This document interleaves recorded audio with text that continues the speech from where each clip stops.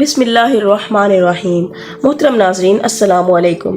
ہماری آج کی ویڈیو کا موضوع نبی کریم صلی اللہ علیہ وآلہ وسلم کی پیدائش سے صرف 55 دن پہلے کا ایک واقعہ ہے۔ محترم ناظرین، یہ واقعہ حضرت عبد المطلب کے دور میں پیش آیا۔ آئیے حضرت عبد المطلب کا مختصراً تعارف جان لیتے ہیں۔ عبد المطلب نبی کریم صلی اللہ علیہ وآلہ وسلم کے دادا ہیں۔ ان کا اصلی نام شیبہ ہے۔ یہ بہت ہی نیک اور عابد و زاہد تھے۔ غار ہرا میں کھانا پانی ساتھ لے جاتے اور کئی دنوں تک اللہ تعالیٰ کی عبادت میں مشغول رہتے۔ رمضان شریف کے مہینے میں اکثر غار ہرا میں اعتکاف کیا کرتے تھے، خدا کے دھیان میں گوشہ نشی رہا کرتے اور نبی کریم صلی اللہ علیہ وآلہ وسلم کا نور نبوت ان کی پیشانی میں چمکتا تھا اور ان کے بدن سے مشک کی خوشبو آتی تھی۔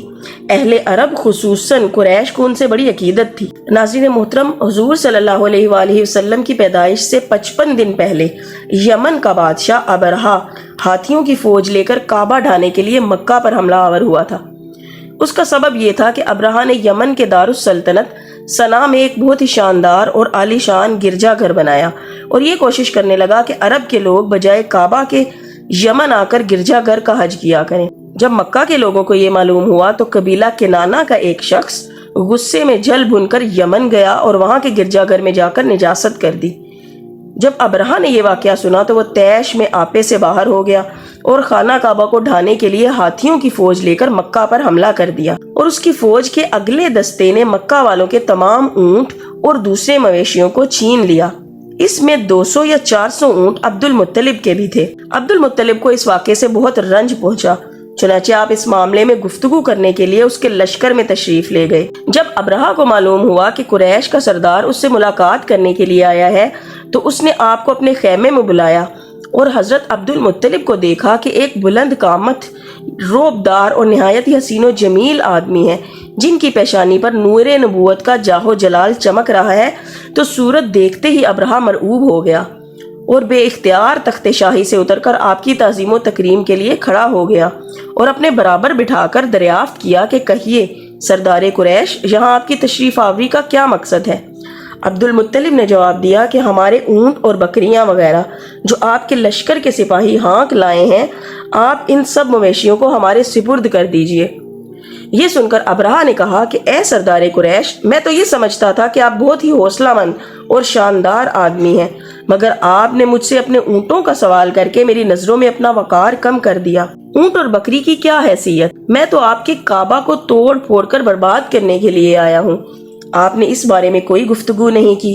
عبد المطلب نے کہا، مجھے تو اپنے اونٹوں سے مطلب ہے، کعبہ اللہ کا گھر ہے اور وہ خود اپنے گھر کو بچا لے گا۔ یہ سن کر ابرہا اپنے فرعونی لہجے میں کہنے لگا کہ اے سردار مکہ، سن لیجئے، میں کعبہ کو ڈھا کر اس کی اینٹ سے اینٹ بجا دوں گا اور روئے زمین سے اس کا نام و نشان مٹا دوں گا، کیونکہ مکہ والوں نے میرے گرجا گھر کی بڑی بے حرمتی کی ہے، اس لیے میں اس کا انتقام لینے کے لیے کعبہ کو مسمار کر دینا ضروری سمجھتا ہوں۔